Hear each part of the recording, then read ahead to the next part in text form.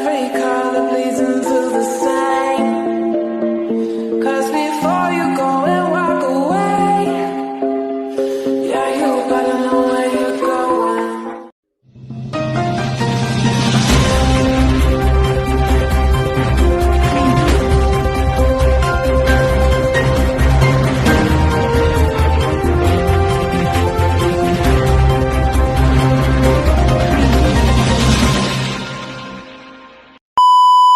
Good day!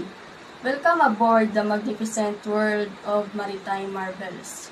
Today, we set sail on a journey to explore the inner workings of a general cargo ship, an engineering marvel that keeps global trade afloat. Our vessel is a true workhorse of the sea, designed to transport various goods and commodities across the oceans. So let's start by examining some key components. So first is propeller and rudder. Heading down below, we find the heart of propulsion, which is the propeller.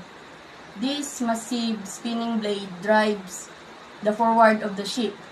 And let's not forget the rudder, which helps steer this giant vessel. At the bow, you'll find a forecastle, a pronounced forward section of the ship. It's not only the crew living quarters but also serves as protection against rough seas and the incoming waves. Beneath the bridge, in the accommodation area, crew members find their quarters. It's essential to have a comfortable living space for the crew who spend months at sea. As examined, the side of a ship, you'll notice the freeboard. This is the distance between the waterline and the upper deck. Maintaining the right freeboard is crucial for stability and safety. And now, we move on to the nerve center of the ship, the navigation bridge. Here, the officers chart the course, monitor the weather conditions, and ensure the safe navigation even through treacherous waters. At the very front of the ship, we have the bow. This is the part of the ship that flows through the water, cleaving the waves as they forge ahead. A crane on a ship is a mechanical device or structure used for lifting and moving heavy cargo, equipments, or containers on and off the ship. These cranes are essential for loading and unloading cargo during port operations, making them a crucial part of a ship's equipment, especially on a cargo vessel.